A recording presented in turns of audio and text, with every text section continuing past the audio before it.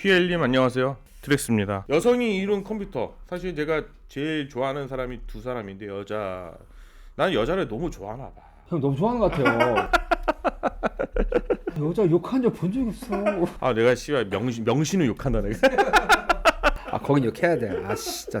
진짜 나는 성경상에서도 여자를 되게 좋아해. 아브라함 마누라가 이게 사라고, 이삭의 아내 리브가, 야곱의 아내가 라헬. 중요한 인물들의 여자들, 성경이 되게 위대한 것 중에 하나가, 성경이 뭐 남성 중심적이라 막 이렇게 써져 있지만 사실 그렇지 않아. 평등보다도 여자의 역사가 따로 있다는 거야. 여자를 통해서 성경에서 가장 중요한 게 밭이거든. 밭. 여성을 그 밭에서 뭐가 나와? 열매가 나와야 돼. 우리나라 신화에서는 여자는 빠져 있어. 단군 신화에서만 여자가 있어. 곰이 쑥과 마늘, 이제 사실은 쑥과 마늘을 먹어서 여자가 돼서 한웅을 낳고 이제 단군이 나오는 거잖아요. 우리나라에서도 여성이 중요한 게 딱 단군, 이게 중요하고 나머지는 다 알이야. 그건 왜냐면 여성에 대한 무시한 거지. 일종의 삭제를 한 거야. 삭제. 근데 대부분 건국 신화에 뭐 로마의 로물루스나 뭐 이런 거, 레무스나 뭐 이런 것도 엄마가 아빠가 중요한 게 아니라 늑대의 젖을 먹었다는 게 중요하잖아. 로물루스 레무루스가 이제 로마의 탄생 신화거든. 근데 성경 그렇지 않아. 신약 성경에서 가장 첫 번째 중요 인물이 누군지 알아요? 마리아에서부터 시작을 해.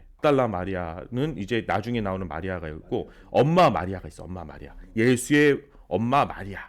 예수의 엄마 마리아가, 예수가 왜 태어난? 그 아래에서 태어난 게 아니야. 예수님은 탄생 신화라는 게 사실은 여성을 거의 삭제하는 쪽으로 가거든. 신라의 탄생 신화도 아래에서 시작했어. 박혁거세도 아래에서 태어났잖아. 그 왜 그러냐면 여자에서 태어났다는 것은 수치심에 가까운 거야. 근데 성경은 뭐냐? 성경은 처음부터 아담과 이브가 나오고, 이브를 통해서 누가 나와야 되냐 이거야. 일부러 이 얘기를 한 게, 우리가 역사에서 가장 컴퓨터 산업에서 사실은 지금은 여성 IT계 인물이 딱 나 한 명밖에 기억이 안 나. AMD의 그 수장 리사수라고, 지금 AMD를 지금 최고의 기업으로 만든 리사수, 우리 누나 빼놓고는 IT계의 여자가 별로 생각이 안 나. 리사수 누나. 그게 왜 그랬냐, 한번 우리가 고심해 볼 필요가 있어서 한번 생각을 해보는 것도 중요할 것 같아요. 도전하는 여자들이라고 내가 명시를 했는데, 도전하는 여자다. 도전하는 여자다. 그러니까 동양도 사실 별다를 건 없는데, 서양의 세계, 그러니까 우리가 동양의 지금 탄생선언에 있겠지만, 서양의 세계관에서 여성은 사실 남성의 부속품으로 여겼어. 우리는 이름을 지을 때, 우린 결혼하면은 여자가 성을 그래도 갖고 오잖아. 그렇죠. 서양은 안 그래. 자식은 바뀌지만 어디 갖고 오죠. 자식은 아빠 성을 따라가지만. 그치. 성은 안 바뀌죠. 엄마가 성을 버리고 오진 않지. 그렇죠. 그러니까 남편 성을 바뀌거든. 그렇죠. 근데 이름만 보더라도 서양은 여성이 딱 결혼하자마자 부모의 성을 버려버리고, 남편의 성을 갖고 와. 자, 또 내가 성경 얘기를 또 하게 되는데, 서양 철학의 현축인지 성경에서도 여성은 남성의 갈비뼈로 만들어진 피조물로 보고 있다. 자, 부부 동성이 뭐냐면은 아내는 남편의 성을 따르는 걸로 이제 부부 동성이라는 거죠. 영국은 무려 90%. 근데 미국은 조금 바뀌어서 70%가 남편의 성을 따른다 그러더라고. 그러니까 미국도 좀 바뀐 거지. 원래는 영국에서 건너온 게 미국인데 90%가 사실은 남편의 성을 따르게 돼 있죠. 우리나라도 예시가 있더라고. 그래요? 이중섭이라는 소 그린 사람이 있거든. 되게 유명. 나중에 이따가 좀 그림을 보여줄게요. 이중섭의 아내가 이남덕 여사가 원래는 일본인이었어. 일본이 약간 부부 동성 쓰거든. 야마모토 마사코가 일본인식과 성과 이름을 완전히 버리고 한국식 이름인 남덕으로 바꾼 다음에 남편의 성인 이씨를 붙였대. 일본식 이름은 원래 이름을 상수라면 우리 이방자인데 이제 남덕이라고 이름 바꾼 거죠. 그래, 여성 독립 운동가들이나 신여성들 중에는 본명이 아닌 서양의 이름으로 활동할 때 자신의 성이 아니라 남편의 성을 따르는 경우도 있어요. 왜냐면은 아이러니한 게도 우리나라 식으로 따지는 것보다 서양이 더 진보적이라 생각해서 어떻게 보면 남성의 부속품으로 남겨두는 그 성 자체도 바꾸는 여성 독립 운동가들도 있었다는 거야. 뭐 대표적인 게 하란사, 에스더. 사실 최알라는 잘 모르겠다. 이제 등이 있다. 최알라는 좀 나쁜 놈 아닌가 모르겠다. 하여튼 이 경우는 그리스도 그러니까 성경 쪽에 입문한 뒤 서양식으로 남편의 성을 따랐던 가라사와 비슷하다고 생각하면 된다. 아내가 남편 성을 따르게 성차별이라는 인식이 오늘날 비교해 보면 특이한 것 같다. 이제 이렇게 쓴 거죠. 이제 이중섭의 그림 한번 봐보자고요. 이중섭의 아내 이남덕 여사.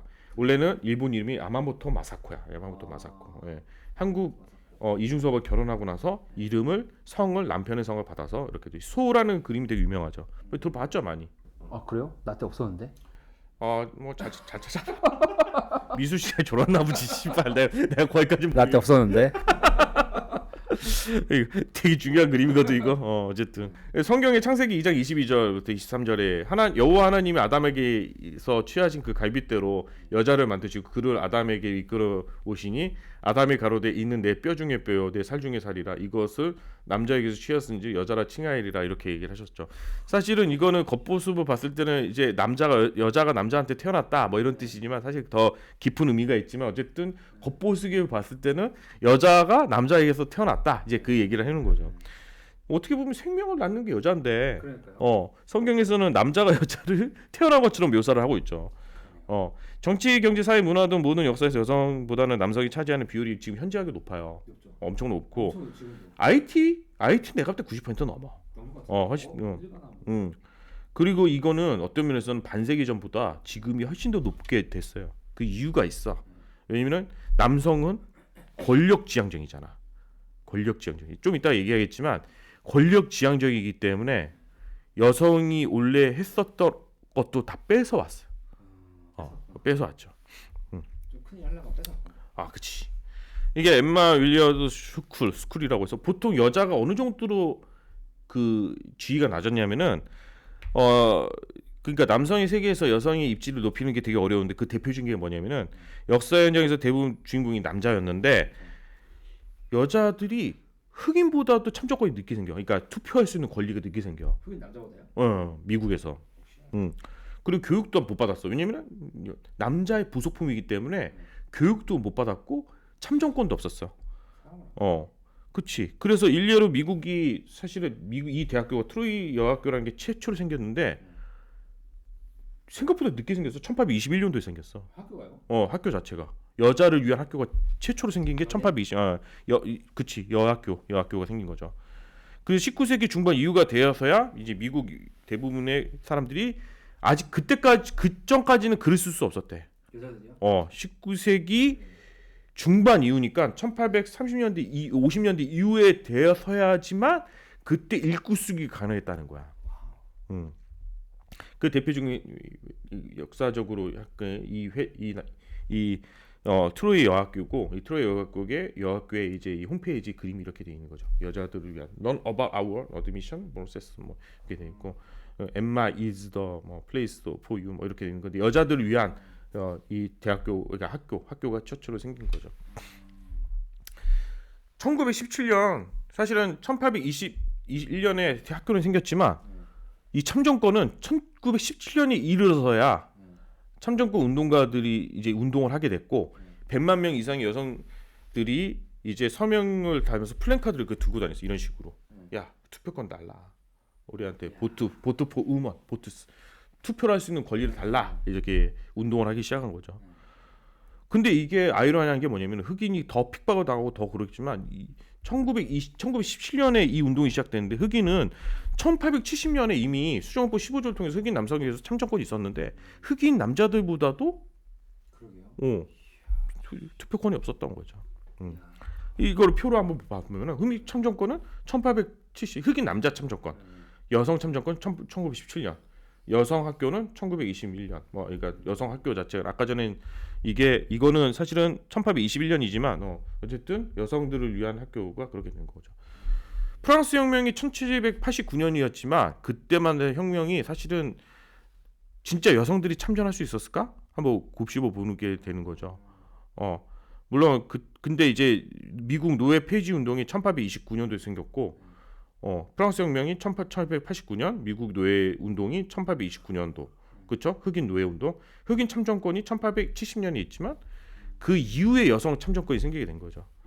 그래서 여성 참정권 1920년이 되어야지만 아까 전에 이거 좀 표가 잘못됐는데 이게 여성 학교가 여성 참정권이 20년이고 좀 뒤바뀌었어. 어쨌든 이거는 좀 표가 좀 잘못됐으니까 나중에 수정을 할게요. 그래서 보통 영국에서가 1918년 참정권이 생겼고 네. 미국이 1920년. 야, 더 웃긴 건 뭔지 알아? 프랑스 혁명을 최고의 그 한마디로 현대 국가의 혁명이라고 보잖아요. 1789년도에 혁명이 일어나는데 혁명을 제일 먼저 일으켰어. 프랑스의 한마디로 프랑스가 사실은 그 아마도 우리가 말하는 뭐 민주화운동은 아니겠지만 민주화운동이라고 시작해도 되지. 프랑스의 혁명이 제일 먼저 시작됐는데 여성 참정권은 제일 나중에 생겨. 그러네요. 1946년도. 왜 그러지? 이거 골 때린 거지. 어쩌면 골 때린 거죠. 여성 참정권이 어떻게 보면 제일 늦게 생기는 거죠. 그때를 다룬 이제 영화 한마디로 참정권에 관련된 영화. 나도 이거 한번 보고 싶긴 하더라고요. 와 재밌겠다. 서플레제트라는 영화 참정권에 대해서 그때 용기 있는 여성들을 담았던 그 영화가 있더라고요. 따뜻하면 보여줘야 나중에 한번 찾아서 한번 봅시다. 프로그래밍의 정신적 지수라고 이제 내가 제목을 붙였는데, 자 우리가 1900년도까지 우리가 여성도 인간으로 취급 못 받았는데 그 전에 100년 전에 이미 프로그래밍을 실질적으로 설계한 사람이 있었다는 거예요. 그게 에이다 러브레이스라는 사람인 거죠. 대단하다. 우리가 대표적으로 말하는 사람들은 엔지니어 하면은 남성을 생각하는 거거든요. 그리고 21세기 초에는 그 첨단 기술 분야 엔지니어는 여성이라는 것이 금기어였어. 금기어. 엔지니어를 보조하는 역할밖에 할 수가 없었던 게 여성이었던 거죠. 그리고 원래는 소프트웨어라는 말이 원래 없었어. 소프트웨어라는 말은 실제로 1960년대 IBM을 통해서 그 이후에 이제 소프트웨어라는 개념이 생겨나거든요. 그러니까 하드웨어, 내가 이거 성경을 왜 갖고 왔냐면은 그 하드웨어 자체가 아담이라고 보면은 아담으로부터 여자가 태어났다고 보잖아요. 그러니까 우리 서양 사람들 머리 구조는 보여지는 게 중요해. 우리 컴퓨터를 볼 때 지금은 컴퓨터가 소프트웨어가 중요하다는 건 이제 마이크로소프트 때문에 훨씬 더 명확하게 돼 있지만 실질적으로 컴퓨터가 맨 처음에 나왔을 때 냉장고하고 다를 게 없었어요. 냉장고가 버튼 누르면 돌아가잖아요. 근데 로직은 안에 들어가 있지. 찌든 데를 빨 거냐, 그렇죠. 뭐 헹굴 거냐, 로직은 다 들어가 있는데 옛날에 아마 로터리라고 하더라도 그런 로직이 다 들어가 있는데 이 로직은 중요하지 않았어.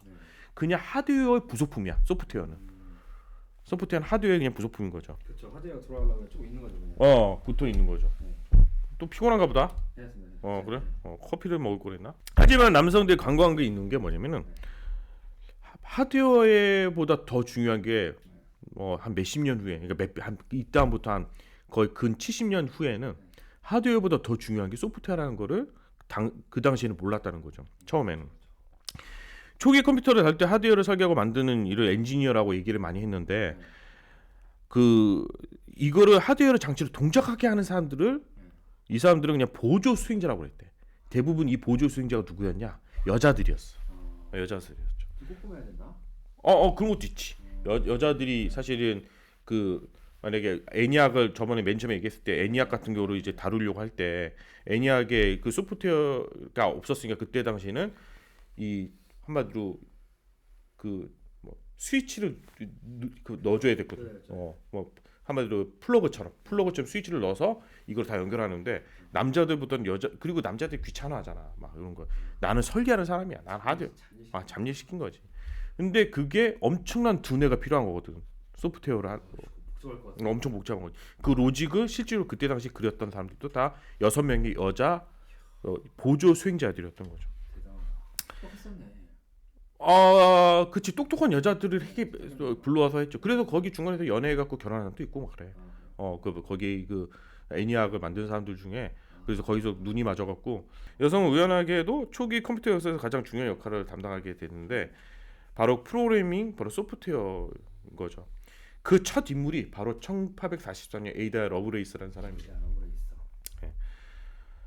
그래서 우리가 이게 가이언 겁트라는 영화거든요. 가이언 겁트 영화. 이게 그때 당시 맨 처음에 녹화했을 때 이 영화가 되게 핫했었어. 1년 전 얘기를 지금 다시 하려고 그러는데 그때 개방했을 때 내가 이 이 여자 주인공이 뭐냐면은 남자가 창조를 한 거야. 이 여자를 어떻게 창조했냐? 체하고 새로운 뇌를 부여를 시켜갖고 poor thing이라고 가여운 것들. 여기에 가여운 것들은 원래는 여자를 뜻하는 것인데 실질적으로 여자가 아니야. 여기서 가여운 것들은 남자. 그래 things야. 그래서 가여운 것들은 여자가 아니라 오히려 남자라는 뜻에서 얘기를 하는 거죠. 그래서 여기서 이제 창조주가 있어. 얘를 만드는 만든 사람인데 이 사람이 누구냐면 윌리엄 데포가 윌리엄 데포란 명배우가 그 역할을 해요. 이제 늙은 의사가 얘를 창조해내죠. 오? 아니 별로 봤는데? 응? 늙은 의사 만들었다는 거야? 늙은 의사가 이 여자를 만들어. 네. 그래서 그래서 마크 러팔로라든지 이런 사람들이 이제 얘랑 뭐 이제 관계를 하고 뭐 이런 거 있죠. 재밌어요. 한번 영화 봐보세요. 그런가 봐요? 마크 러팔로가 있고, 그래서 흑인도 나오고 여기 나오죠. 이게 윌리엄 데포. 이 사람들이 이제 이게 페미니스트 영화야. 페미니스트는 이 정도는 돼야 돼. 진정한 페미 뭘까? 페미니스트는 뭘까? 타오르는 여인들의 초상이라는 영화인데, 이 두 여자가 사실은 이제 원래는 한 사람이 이제 결혼하기 위해서 초상 화가를 불러와요. 네. 엄마가 불러오지. 그래서 제일 예쁜 모습을 그려달라고 얘기를 하면서 그치. 남편이 될 사람한테 보내주려고. 그래서 그러니까 그것도 재밌지. 그 그림을 보고 여자를 부속품으로 생각해서 그 그림을 보고 데리고 오는 거죠. 부속품으로 생각하니까. 그래서 팔려고 하는 거야. 상품으로 팔기 위해서 초상화를 그려야 돼. 그 남자한테 이 여자의 육체를 팔려고 초상화를 그려서 갖다 주는 거지. 그래서 그 초상 화가를 불러왔는데 다 실패. 처음에는 얘가 다 마다하고 얼굴도 안 보여주고 막 이지랄 떨다가 한 여자를 이렇게 불러와서 이 관계가 형성이 돼요. 그래서 그 두 여자하고 사랑에 빠져. 그런 내용이죠. 내용 자체. 이쪽이 레즈죠.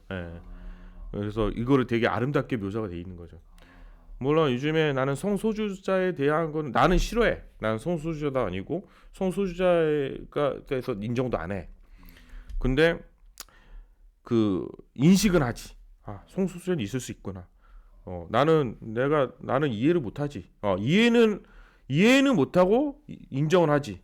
인정을 안 한다는 표현보다는 이해는 해. 이해는 못 하고 이해는 할 수 없어. 내가 성소수자가 아니기 때문에 인정은 할 수밖에 없지.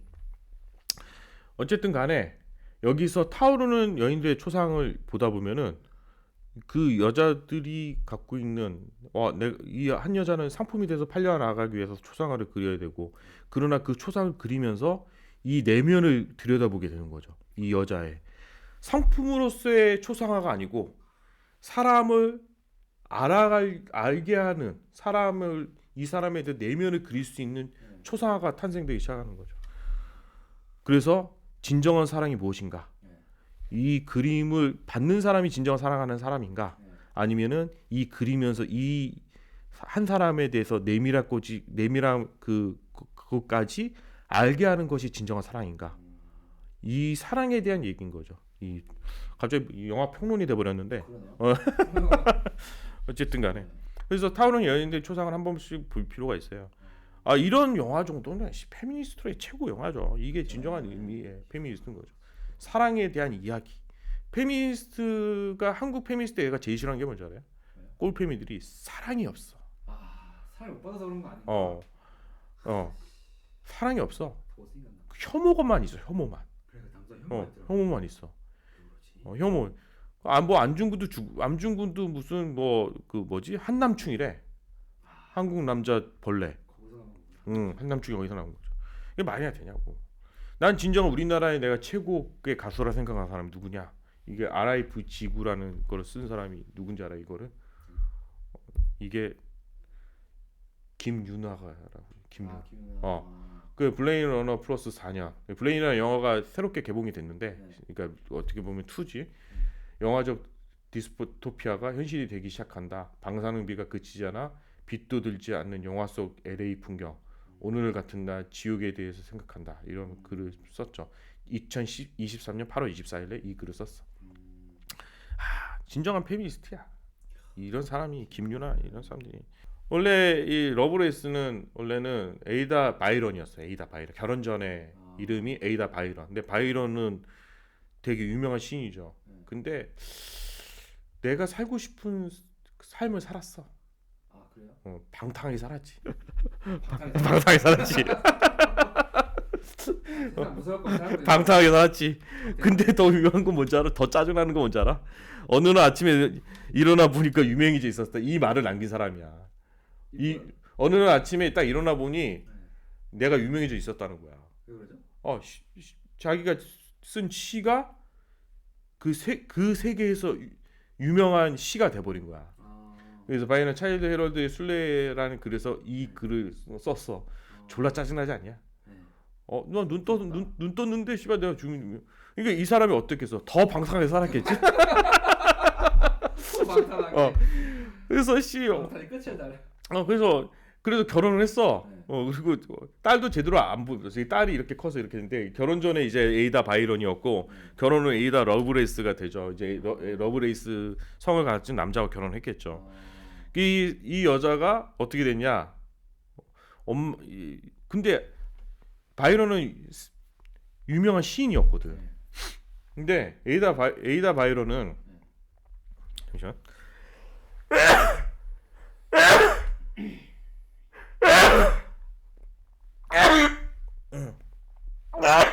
죄송합니다. 에이다 바이런은 아빠 피를 담았으면은 시를 써야 되잖아. 그쵸. 근데 누가 막은 줄 알아? 엄마가 이게 씨발 되지 마. 아빠처럼 방탕하게 살면 안 되지.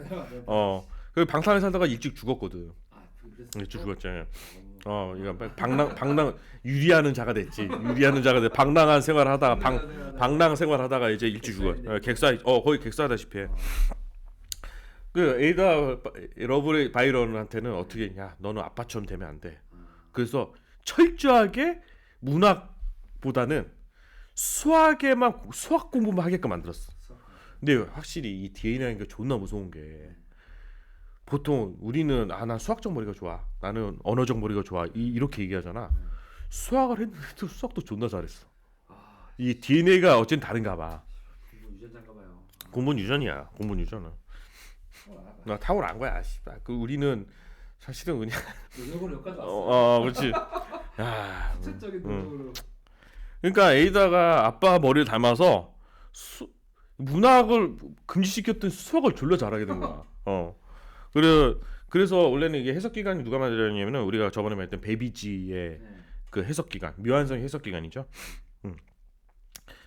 그래서 베비지가 만들지 못했더라도 그 해석 기관에 대한 설명서를 썼어요. 그 매뉴얼이지.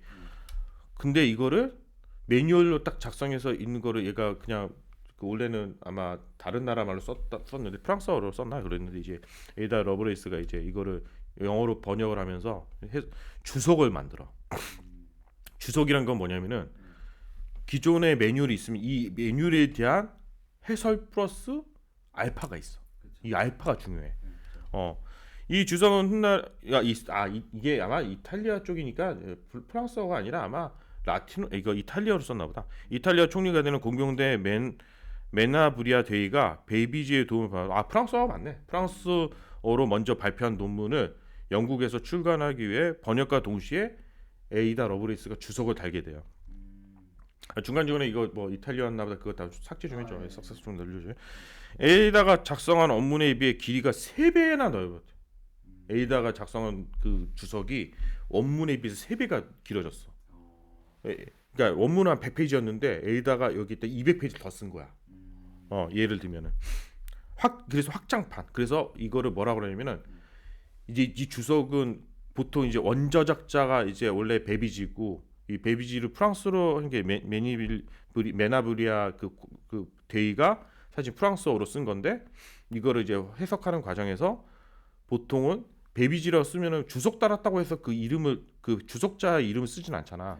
근데 베비지가 이거는 나만의 작품이 아니라고 인정을 해버려. 그래서 거기다가 에이다라고 써요. ADA라고 써줘요.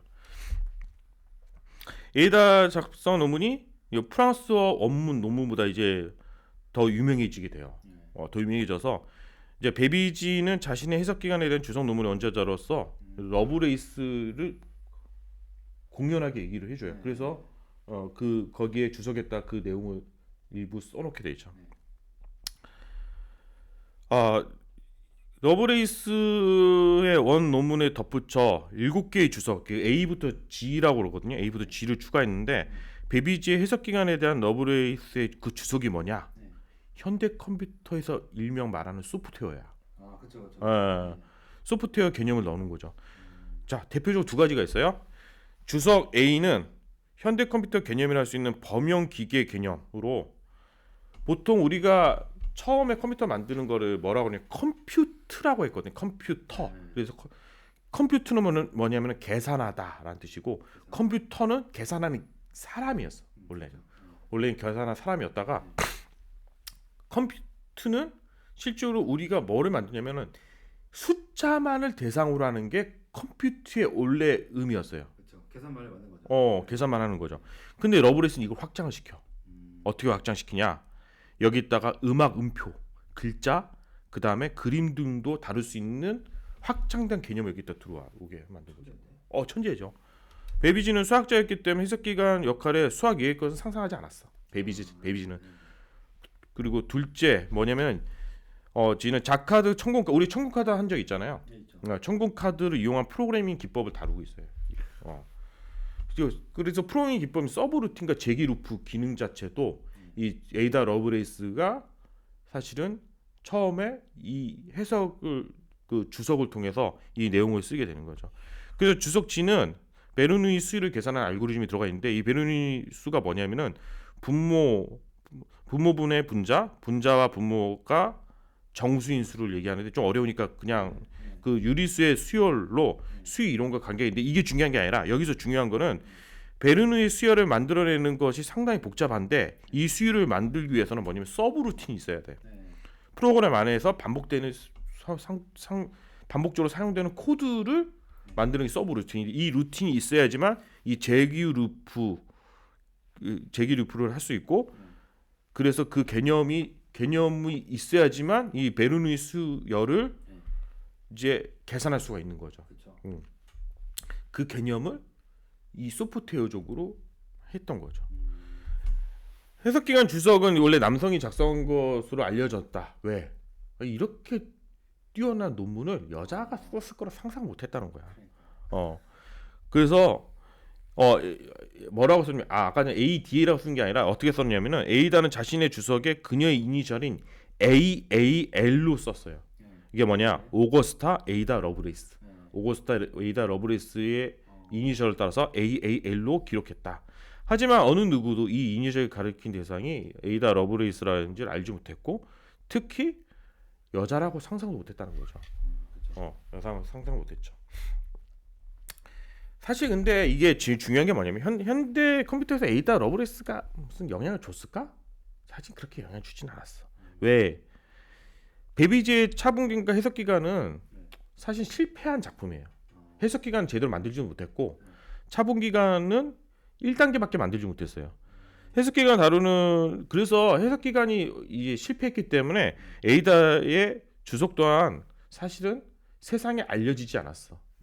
근데 그래서 굉장히 혁신적인 발명이고 그러겠지만 1844년 논문으로 비록 나왔지만 에이다의 그 해석기관 주석을 읽는 사람은 굉장히 제한적이었다는 거죠.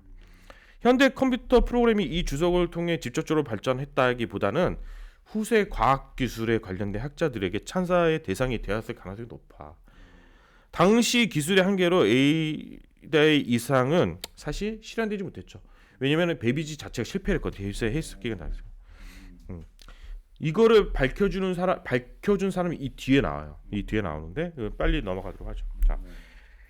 자, 에이다의 말년도 참 힘들었지. 왜 힘들었냐면은 그렇지 뭐 진짜 예뻤는지 불륜이에요. 불륜 남상 불륜이 아니라 불륜입니다. 안타깝게도 해석기관을 구상한 베비지는 결국 가난하게 죽었고 한마디 객사했어. 베비지 또한 해석기관 주석을 작성한 에이다는 아편 중동 불륜 남성의 도박 사기와 자궁암으로 그녀의 나이가 그때 죽었을 때 나이가 36살이었거든. 그 나이가 뭐냐? 그 아버지도 36살 죽었어. 에이다의 어머니의 노력에도 불구하고 엄마가 그토록 너 문학하면 돼. 너 빨리 죽는다. 방탕하게 살다가 뒤져 그러는데 어머니의 그 노력에도 불구하고 이게 씨도둑이나 이게 사주도막 못하나 봐. 그래서 에이다는 아버지의 삶과 비슷하게 좀 빨리 죽게 되죠. 미치겠다. 에이다 러브레이스를 실질적으로 빛을 내게 한 사람은 사실은 그레이스 호퍼야. 그레이스 호퍼가 하버드 IBM 마크원 이제 그레이스 호퍼라는 원래는 장교죠 장교. 이 되게 유명한 사람이에요. 그레이스 호퍼가 이제 프로그래밍을 실질적으로 지금 프로그래밍의 어머니가 누구냐? 지금 현대 컴퓨터의 프로그래밍 어머니는 나는 그레이스 호퍼라고 봐. 아 그래요. 그레이스 호퍼죠. 그래서 그레이스 호퍼. 여자구나. 여자지. 그렇지. 지금 우리가 여성을 다루고 있으니까. 내가 처음에도 얘기했잖아. 난 여자를 어마어마하게 사랑한다고. 네. 내가 얼마나 사랑하면 이 편을 잘랐어 아예. 그러니까요. 좋은 거 에이다 러브레이스. 난 너무 여자를 사랑하기 때문에 그 여자를 그 우위하는 이거 빨리 올려라. 내가 나에 대한 오해를 딱 씻고 싶어. 나는 뭐 내가 페미를 엄청 싫어하거나 난 꼴페미를 싫어하는 거지. 난 여자를 엄청 사랑해. 위대한 여성. 내가 말했잖아. 성경에서 라헬. 난 위대한 여성이라고 보는 거야. 마리아, 라헬. 사레. 그다음 리브가. 이 위대한 여성. 이들에서 룻. 뭐 이런 인물들이 여자들이 이 성경 역사에서 여자들이 역할이 굉장히 중요하거든. 야, 이거 먹힐 것 같은데. 난 여자를 얼마나 사랑하면은 여성을 위한 IT에 대한 얘기를 하고 있잖아 지금. 이 예수님을 탄생하게 했는데 얼마큼 역할을 해왔는지. 나는 너무 여자를 사랑하는 것 같아. 그래서 한 여자만 사랑하기 너무 힘들어. 이거 어떡하지?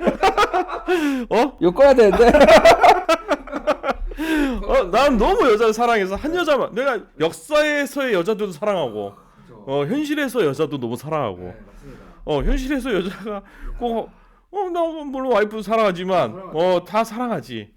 다 사랑하지. 그래서 난 이처럼 나야말로 진정한 페미니스트다. 진짜 형님 방탄자. 나처럼 여자를 사랑하는 거 어디 있다고? 멋있다. 멋있지.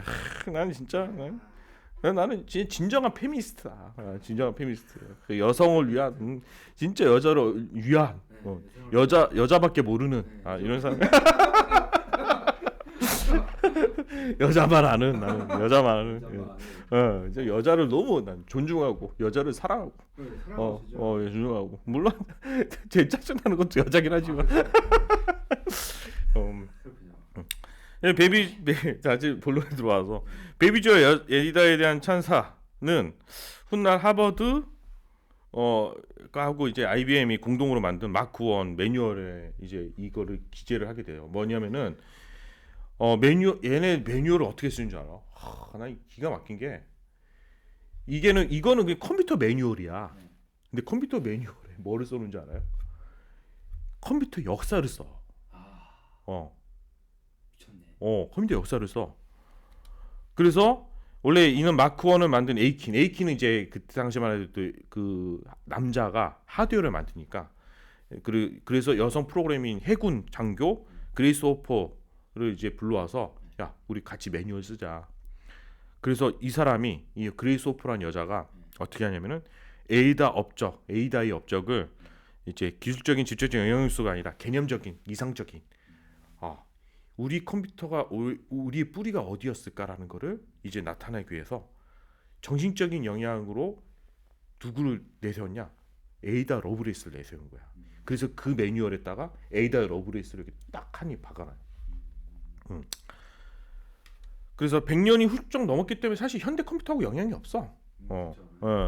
에이다는 이제 그래서 페미니스트의 우상이 되는 거죠. 그리스 호퍼 덕분에. 미 국방부는 에이다를 기리기 위해 나중에 고급 객체 지향 프로그램 언어를 에이다라고 명명을 하게 되죠. 미 국방부는. 전쟁과 여성. 그리스 호퍼에 대한 거는 아마 나중에 따로 대할 수도 있어서 우선은 한번 전쟁과 여성에 대해서 한번 잠깐 넘어가 볼게요. 현대 컴퓨터 기술의 역사에서 빼놓을 수 없는 것이 이제 전쟁과 여성인 거죠. 이제 언뜻 호전적인 남자들이 전임으로 보이는 게 이제 두 번의 세계 전쟁인데 여성을 첨단 기술에 적극적으로 참여하게 만들게 된 것도 이 세계 대전 덕분이야. 왜 그랬을까? 왜? 20세기의 전쟁이 여성의 사회적 지위를 사실은 신장시키게 돼버려요. 왜 그러냐면은 남자들은 전쟁에 다 나가야 되잖아. 그렇죠. 전쟁에 나가야 되는데 이 국내에서 뭐를 해야 되려면은 전쟁에서 필요한 물건을 만들어야 되는데 이 노동력이 부족해. 그럼 누가 뛰어드냐? 여성과 나중에 뭐 아이는 뭐 제쳐들어도 여성이 산업전선으로 들어갈 수밖에 없었어요. 아이러니한 게 남자들의 힘을 과시하는 전쟁에서 여자들이 거기에 틈새 시장으로 들어와서 여성이 인권을 신장시킨 결과가 되는 거죠. 그래서 여성의 노동력이 필요했기 때문에 그 노동력으로 갈취하려고 했던 건데 오히려 그 덕분에 여성 인권이 신장하게 된 결과가 일어나게 됐죠. 1941년 루즈벨트 대통령이 행정명령 8802호에 의해 미국 국방산업에 인종차별을 폐지했어. 왜 차별을 폐지했냐? 이 차별 폐지는 다른 이유가 없어. 노동력이 존나 부족하니까. 인종차별을 왜냐면 남자는 전쟁에 나가야 되고 그 남자 일손이 부족하니까 남자만으로서 안 되니까 첫 번째 흑인들도 와서 노동을 해줘야 되는 거야. 그래서 1943년 인종차별 금지는 계산 전문가 부족에 대한 해결책으로 고려되었고, 왜냐면 당시에 여자들 흑인 유색인종 여자들이 계산을 좀 잘하는 경우가 많았나 보더라고. 그래서 그해 말 최초로 유색 여성 계산 전문가들이 버지니아주 랭글리에서 기계식 탁상 계산기를 사용해 복잡한 수학 계산을 하며 일하기 시작했다. 이게 원래 앨런 튜링의 조카인 계산기는 어떻게 인공지능이 되었을까? 더밋 튜링이 쓴 글에 나타나게 돼 있는 거죠. 원래는 컴퓨터라는 말이 계산하는 사람이었어요. 당시에 컴퓨터는 계산하는 사람이었는데 정확히 말하면은 계산하는 유색 인종을 얘기해요. 유색 여성. 계산하는 유색 여성을 얘기를 하는 거죠. 그래서 근데 그들은 종이에다가 찍찍 끄는 거는 이건 여자들 일이야. 남자들은 기계를 만들어야지. 그쵸. 기계를 만들어야지 이 생각을 하는 거죠. 자, 그래서 이때 당시 이제 구임 이게 이제 펜실베니아 대학교 여성 수학자 모집 광고가 이게 광고 문구인데 이제 계산하는 사람의 모집 광고의 글이에요. 이렇게 써 있어. 구인 수학 전공자. 과거에는 남성만 선호되던 과학 및 엔지니어링 직무에 여성들을 모집합니다. 아 이것이 뭐 그렇지. 갑자기 여성들을 모집한대. 과학 및 엔지니어 분야에서 작업을 가질 수 있는 기회입니다. 이 무슨 얘기면 너 우리한테 와서 따까리 좀 해라는 거야. 따까리야. 보조하라는 얘기야. 그래서 그때 당시에 나왔던 애니악의 6 여성 중에 4명이 그림이 이렇게 돼 있는 거죠. 애니악을 프로그램하기 위해서 케이블을 손으로 하나하나 이제 변경해서 꽂아야 되는데 이는 상당히 번거로운 작업이고 남자들이 하기 존나 싫어하는 작업이었던 것 같아. 남성들이 보기에 초기 프로그램은 일종의 하찮은 노동으로 생각해서 기계를 설계하는 나 같은 엔지니어들이 감히 저걸 할 필요가 있나 이런 생각을 했던 것 같아요. 전기가 들어오는 배선을 이리저리 바꿔 접속하는 것, 흡사, 전화 교환하는 업무와 비슷했다. 전화 교환원들이 대부분 여성들이었거든. 물론 애니악을 설계해서 만든 남자들도 애니악을 작동하는 사람들을 전화 교환으로 생각하지는 않았대. 그러니까 아까 전에도 얘기했듯이 여기서도 커플이 막 발생하고 그랬거든. 진짜 똑똑한데 이 여자도 똑똑한데 그러니까 매력을 느끼고 이제 그래서 연애도 하고 결혼도 하게 된 거죠. 수학적으로 뛰어나 그렇지만 남성이 할 만한 업무는 아니었기에 여성의 인재들을 찾았던 게 바로 아까 전에 구인 광고였던 거죠. 그래서 펜실베니아 대학교가 어디냐? 애니악을 만든 대학교예요. 여기가. 그래서 구인 광고를 해서 6명이 뽑힌 거죠.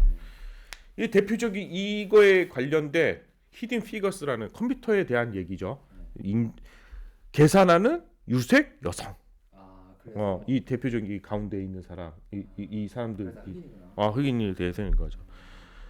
애니악 프로그래머는 수학 능력으로 6 여성을 뽑았는데 애니악 프로그램 위에 선정된 6명의 여성들은 진 제닝스, 결혼 후 진 바티, 말린 웨스코프, 말린 멜처, 결혼 후 루스 리터맨, 루스 테이탈바운, 베티 스나이더, 베티 홀버튼, 프란시스 말라스, 프란시스 스펜서, K 맥널티, K 모클리. 나중에 모클리와 결혼해죠. 모클리. 모클리.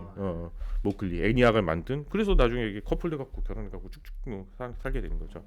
여기서 제일 중요한 게 뭐냐? 히든 피겨스 한 장면인데 유색 인종 계산하는 사람. 그러니까 계산하는 유색 여성. 네. 그래서 칼라드 컴퓨터야. 칼라드 컴퓨터스. 이 위에 또 써져 있죠. 네. 이게 흑인 계산원들을 이제 이 장면이 나와요. 그 6명이 이 컴퓨터라는 거의 묶음으로 통해서 그 6명이 어떻게 되냐면은 유대교, 천주교, 기독교, 퀘이커 등 종교와 배경이 다 달랐던 거야. 그렇죠. 그 여성들은 서로 다른 종교 배경을 가지고 있었는데 서로 반목한 것이 아니라 서로 다름을 굉장히 즐겼다는 거예요. 이게 진정한 페미지. 이게 능력이 있으면서 다른 사람에 대해서 인정을 해주고. 야 너만 잘났어? 나도 잘났어. 야 너만 기독교야? 나는 다른 종교지만 그래 한번 공유 한번 해보자. 이게 진정한 페미라는 거예요. 애니악을 잘 다루기 위해서는 수학뿐 아니라 설계도와 배선도 이해하고 프로그램을 할 수 있어야 된다. 프로그램이 없이 애니악을 다룰 수가 없어. 그렇죠.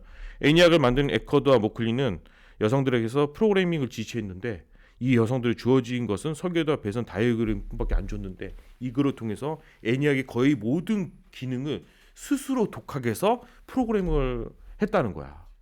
똑똑하네. 이 여성. 그래서 실질적으로 진정한 프로그래머들은 첫 번째는 여성이어야 시작했다는 거죠.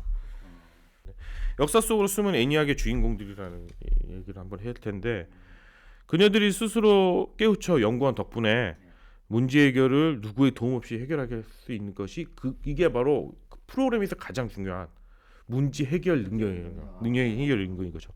주어진 프로그램 문제뿐만 아니라 그녀는 핵심은 이어갔다. 제니스와 스나이드는 1만 8천 개의 어느 진공관이 고장난지를 확인할 수 있는 일종의 디버깅 시스템, 버그를 찾아주는 시스템을 고안했고 맥널티는 궤도 연산 등 복잡한 연산을 위해 부족한 회로의 용량 확보하기 위해 서브루틴, 아까 전에 말했던 에이다 러브리스가 그 해석기관에서 구현할 수 있게끔 한 서브루틴을 통해 코드를 재사용하는 방법을 깨우쳤다. 이는 프로그램의 일대 혁신이었다는 거죠. 이 중요한 개념을 깨우친 건 남성이 아니 누구였냐? 여성들이었다는 거죠. 하지만 1946년 애니악이 대중에 발표됐을 때 실질적으로 이 여성들은 다 역사 속에 숨어버렸어요. 조명받는 사람 누구냐? 딱 두 사람밖에 없었어. 에클리와 모클리, 에커드와 모클리. 이 두 사람만 그 스포트라이트를 받고 6명의 프로그램은 전혀 언급이 없었죠. 이 영재들 중 몇몇은 현대 컴퓨터의 중요 역할을 담당하게 된다. 베티 홀버트는 모클리와 에커드와 함께하고 코볼과 포트란 개발에 큰 역할을 했고 나중에 고인이 되는 것 대신하여 모클리와 결혼한 K 모클리는 유니박 소프트웨어 설계를 담당하게 되고 모클리는 해군 출신의 그레이스 오퍼를 영입하게 된다. 모클리는 나중에 그렇게 되죠. 이제 그레이스 오퍼에 대해서 다음에 바로 얘기할 거예요. 그녀는 컴파일러를 발명한 어메이징 그레이스 오퍼. 그 다음이 바로 어메이징 그레이스. 난 최고의 여성 프로그래머라고 말하는 그레이스 오퍼를 얘기 안 할 수가 없어요. 대단한 사람인 거죠. 이 그레이스 오퍼의 실 사진이고 젊었을 때 예쁜지는 잘 모르겠어. 그러니까 외모적으로는 내 이상형은 아닌 것 같아. 그런 것 같아요. 외모적으로는 뭐. 너무 늦게 찍은 거 아니에요? 그치. 이 컴퓨터를 늦게 배웠어 이 사람도. 원래 수학자였다가. 그러니까 그레이스 오퍼는 원래 예일대에서 11번째로 수학 박사. 그러니까 한마디로 1934년도에 수학 박사가 되는 여성은 대단한 거야. 예일대에서. 그러니까 11번째니까. 이 앞에 여자가 10명밖에 없었어. 수만 명이 나오는 동시에 10명밖에 없었지.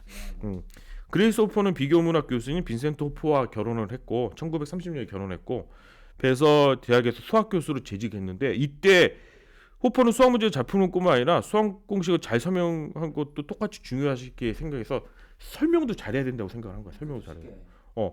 능력을 엄청나게 인정받아서 사실은 테뉴어가 됐었어. 테뉴어가 됐어. 그녀는 학생들에 대해 수학 공식에 대해서 에세이로 시험을 보게끔 만들었던 거야.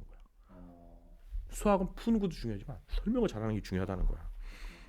그래서 나중에 그 아까 전에 말했던 마크원의 매뉴얼을 작성할 때 그레이스 호퍼가 이 설명을 제대로 쓰는 매뉴얼을 만들 수 있었던 그 기반이 이 사람이 그만큼 문학적인 부분에도 되게 중요시 생각을 했다는 거죠. 수학 공식을 일반적인 언어로 해석하는 능력은 그녀가 뛰어난 프로그래머가 된 미끄럼이 된다. 이게 어떻게 보면은 바이런이 딸이 에이다 러브레이스잖아요. 근데 이 사람 문학가야, 시인이야. 근데 딸이 수학자야. 이게 통하는 게 있나 봐. 이 수학하고 언어하고. 이제 남녀 리버럴 아츠 케이지에서 호퍼는 이제 1941년도에 정교수와 테뉴어 제의를 받았지. 테뉴어를 제의를 딱 받았어. 테뉴어가 되라. 근데 이 사람이 이때 남편하고 이렇게 사이가 안 좋았나 봐. 이게 천지들은 좀 뭔가 가정에 좀 불화가 있어. 노래 좋아서 그런 그래서 교수직과 가정에서 이렇게 막 이게 내 길인가?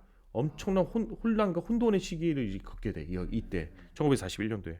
근데 이때 빵 뭐가 터졌냐면은 1941년 12월에 일본이 진주면을 폭격하고 18개월 후 1943년 호퍼는 대학을 그냥 그만둬 버려.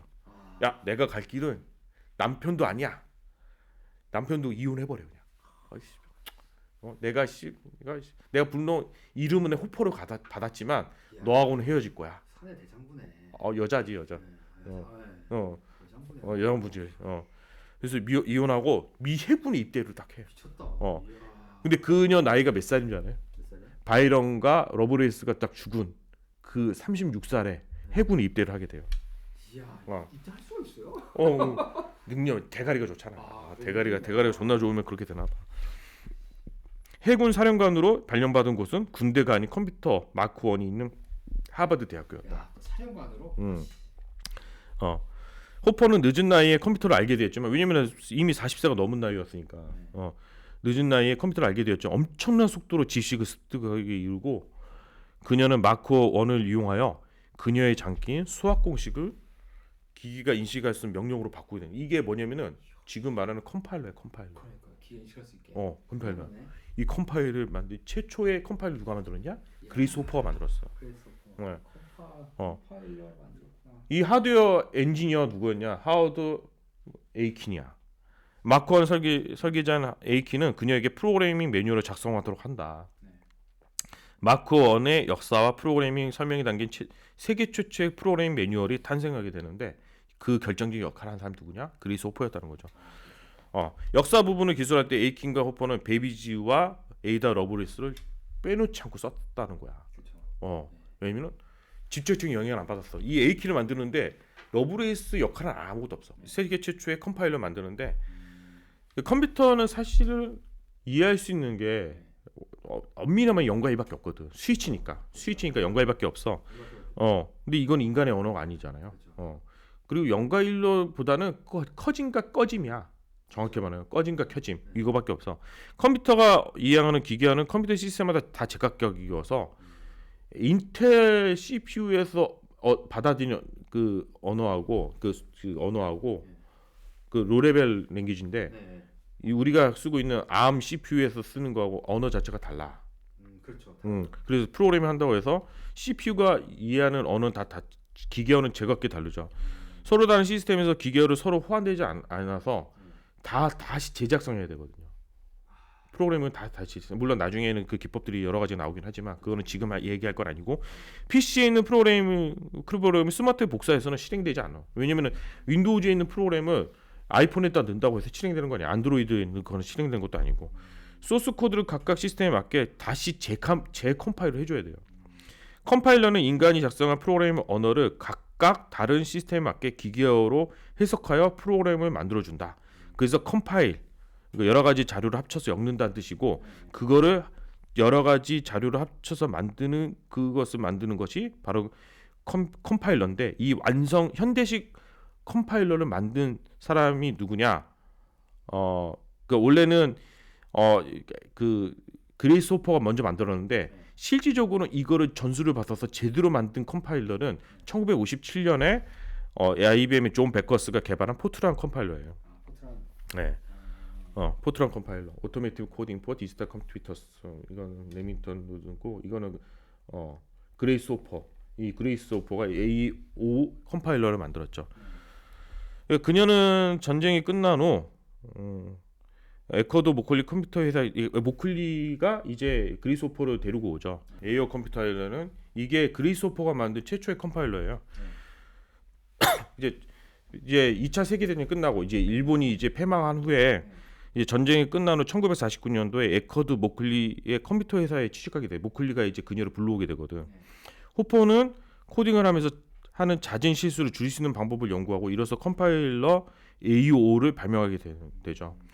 컴파일러는 인간이 작성한 프로그램 언어를 기계어, 컴퓨터가 이행하는 저수준, 로레벨 언어로 바꿔주는 프로그램을 말하는데 컴파일러로 인해 중복되는 코드를 한 곳에 라이브러리 모아놓고 재사용할 수 있게 되었고 다른 시스템으로 보다 쉽게 프로그램을 작성하게 하게 할 수 있는 기법들을 이 그레이스호퍼가 개발하게 돼요.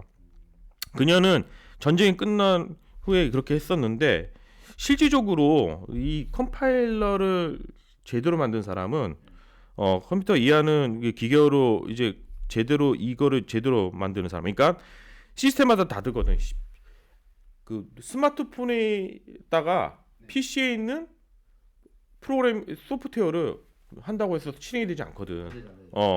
그래서 이 기계어가 완전 달라서 그래. 인텔 CPU 그리고 물론 OS도 다르고 CPU도 다르고 그 언어하는 게 다 다르기 때문에 서로 다른 시스템에서 기계어는 서로 호환되지 않겨서 사실 스마트폰에 복사는 될지언정 실행되지는 않죠. 소스 코드의 각각 시스템에 맞게 컴파일을 다시 해줘야 되는데 이때 컴파일러가 이제 인간이 작성한 프로그램의 언어를 각각 다른 시스템에 맞게 기계로 해석하는 프로그램을 만들어주는 것이 바로 컴파일러고 현대식 컴파일러는 사실은 그레이스호퍼가 만든 것이 시초는 했지만 실질적으로 현대식 컴파일러 만든 건 1957년도에 IBM의 존 베커스가 개발한 포트란 컴파일러예요. 이 사람이 만든 거죠. 포트란 컴파일러죠. 예. 그리고 그녀는 이제 프로그래밍 언어 이후에 프로그래밍 언어에 엄청난 영향을 미친 플로이매틱스라는 영어 데이터 처리 컴파일러를 발명하게 되고 그것도 1987년도에 만든 거고 그 전까지 숫자만 사용 가능했던 컴퓨터 언어가 이제는 뭘로 쓸 수 있냐? 영어 단어를 쓸 수 있게끔 된 거예요. 인간의 언어를 쓸 수가 있게 된 거죠. 예. 그래서 그때 사실 플로이매틱스의 직계 그 한마디로 자식이 누구냐면은 혹시 코볼이라고 들어봤어요? 코볼? 들었어요. 예, 코볼이 사실 이 플로이매틱스의 직계 아버지야. 플로이매틱스를 약간 변종시켜서 만든 게 뭐냐? 코볼인 거죠. 그래서 현대 프로그래밍 개념에서 가장 중요한 개념이 컴파일러를 누가 만들었냐? 이 위대한 이 발명품이 뭐냐? 소프트웨어적 가장 위대한 발명품인 컴파일러를 그레이스호퍼가 발명을 하게 됐죠. 대단한 사람이죠. 그레이스호퍼가 남긴 또 하나는 얘기가 있어. 또 하나는 얘기. 호퍼가 이제 업적 중에 사실은 이건 이제 재미상으로 얘기하는 건데 컴파일 하나로 이제 끝난 건데 이제 얘 사람이 마크 2가 자꾸 오작동이 일어나는 거야. 그래서 딱 봤더니 왜 그러지? 그때는 진공관을 썼으니까 얼마나 열이 많이 나겠어. 그리고 수명도 짧아.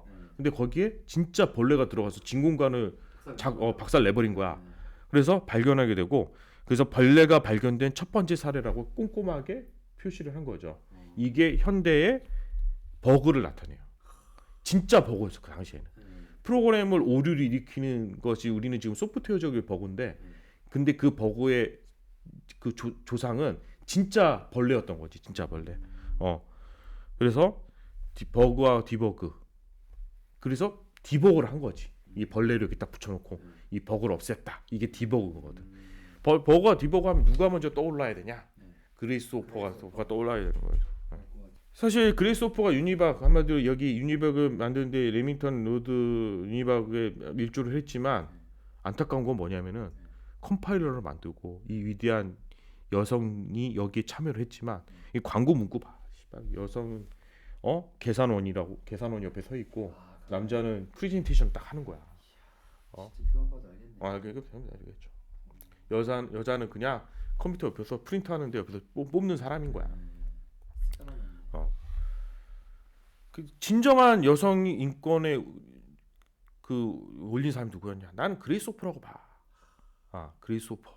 뭐 에이다 러브레이스는 좀 상징적인 인물이고 그리고 애니악을 만들었던 6명의 애니악 소프트웨어를 만들었던 6명의 여성들 이 사람들이 가장 중요한 거죠. 2차 세계전이 끝나고 1950년 이후 하드웨어 개발에만 집착했던 남성들이 하드웨어에만 집착을 했던 거죠. 근데 얘네들 눈치가 빨라. 남자들은 권력 요격이잖아. 그래서 프로그램의 가치를 이제 서서히 깨닫기 시작한 거야. 프로그래머야말로 진정한 고급 인력이라는 사실을 알게 돼요. 핵심은 이거다. 남성들은 여성이 차지한 프로그램 역할을 하나하나씩 뺏어오게 돼요. 회사 내 주요 자리에서 남성은 여성을 밀어내고 남성들이 차지하였고 프로그램을 담당했던 많은 여성들이 남성들에게 일자리를 줄 수밖에 없었어. 이 이후 컴퓨터 관련 주요 발명에서 여성은 철저하게 밀려나게 돼요. 애니악 이후의 현대 컴퓨터에 대한 글을 이어가기에 앞서 여성 프로그램 이야기는 반드시 해야 된다. 이 생각을 한 거예요. 30천이 넘는 애니악을 실질적으로 구동한 6명의 여성 프로그래머, 컴퓨터 인간을 소통하게 만든 컴파일러를 발명한 어메이징 그레이스 오퍼. 이는 모두 남성이 이루어지지 못한 프로그래밍 소프트웨어 역사의 시작과 함께 한 획을 그었다는 거죠. 그리고 그들은 지금 여성 프로그래머들에게 혹은 프로그래머가 될 여성들에게 더 많은 역할을 하도록 동기부여를 하고 있다고 봐요. 근데 지금 리사수 누님 빼놓고는 지금 그 역할을 제대로 못 하고 있다는 거죠. 사수 누님 그냥 이거 봐봐. 컴퓨터 역사에서 다루어야 되는 이 사람들이 이 중에 한 누구도 여자가 없다는 거예요. 여자가. 오늘은 여기까지 하겠습니다.